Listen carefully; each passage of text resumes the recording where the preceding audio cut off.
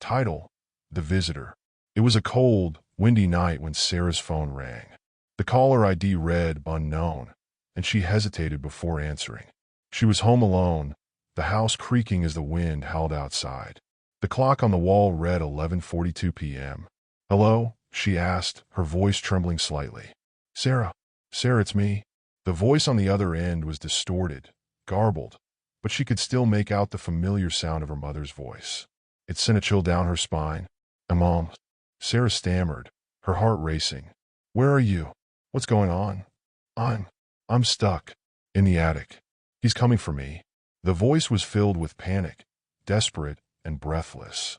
The phone line crackled, and Sarah could hear muffled noises, scraping, like nails dragging across wood.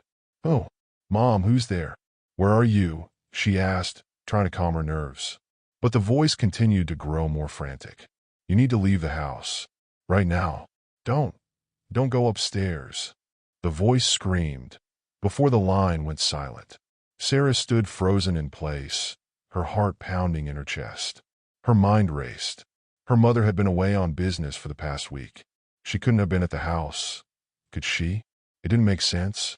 She turned to look down the dark hallway, the shadows stretching toward her, the door to the attic staring back at her ominously. Her phone buzzed again. This time, the message was a text from her mother. "He's here. Don't let him in." A cold sweat broke out on Sarah's skin. Her mother's message didn't sound like her mother at all. It was cryptic, almost as if someone was using her phone. A loud bang echoed from the attic door. Sarah's breath hitched. Was someone up there? She thought about calling the police, but what if it was just a prank? A sick joke, perhaps? Her mind was racing, trying to rationalize the fear gripping her. But then she heard it. The soft sound of footsteps above her, slow and deliberate. Someone was walking in the attic. Her pulse quickened. The door to the attic was old, the hinges rusted, and the stairs creaked with every step she took.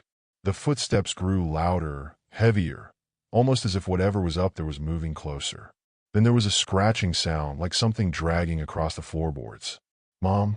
Sarah whispered, her voice barely audible, hoping it was just a mistake, hoping it wasn't real. There was no answer, just more scraping. She hesitated. Should she run? Should she hide? Her body screamed at her to move, to get out of the house, but her feet were glued to the floor, her eyes fixed on the attic door. Then, without warning, it happened. The attic door creaked open. A dark, gaunt figure emerged, standing motionless at the top of the stairs. It was tall, too tall, with limbs that seemed unnaturally long and crooked. Its face was a twisted mask of distortion, half of it covered in a veil of shadows, the other half pale and empty, the eyes sunken deep into its skull. It didn't speak. It just stared, unblinking, as if waiting for her to move. Sarah's throat tightened. She wanted to scream, but the sound caught in her chest. The thing didn't move for a long time. It just stood there, staring at her, its breathing shallow and uneven. Her legs shook, her mind telling her to run, but her body refused to obey. The figure took a slow step forward, its bones cracking with each movement. Then another step, and another. Without thinking, Sarah bolted from the hallway, running down the stairs toward the front door.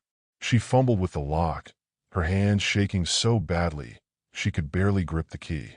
Finally, with one last desperate twist, the door swung open. But the figure was already at the bottom of the stairs. It was right behind her, its icy breath on the back of her neck. She spun around, her eyes wide with terror. The creature's long fingers were reaching for her, the nails twisted like broken shards of glass. It let out a low growl, a rasping sound that sent a surge of panic through her. She tried to scream, but her throat was dry, the sound caught somewhere deep inside her. And then, just as suddenly as it appeared, the figure stopped. It stood still, its eyes boring into hers, as if it were waiting for something.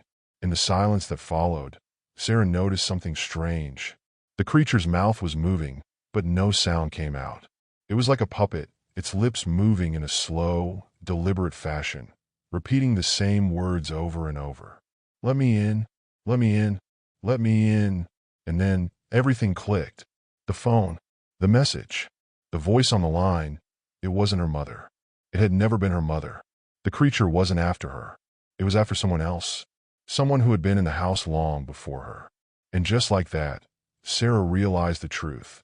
She had been living in someone else's home all along. The thing in front of her wasn't there for her. It was there for the person who had come before her. Without thinking, Sarah slammed the door shut and locked it, her chest heaving. She backed away, her eyes never leaving the thing. She had to escape. She had to leave before it came for her. But as she turned to run, the phone buzzed in her pocket again. This time, when she checked the message, it was from her mother. "He's already inside." She froze. The figure, now standing in the doorway of the kitchen, tilted its head at her, an expression of malevolent amusement twisting its features. It had always been waiting for someone to let it in. And now, Sarah realized it wasn't after her at all. It had already been inside the whole time.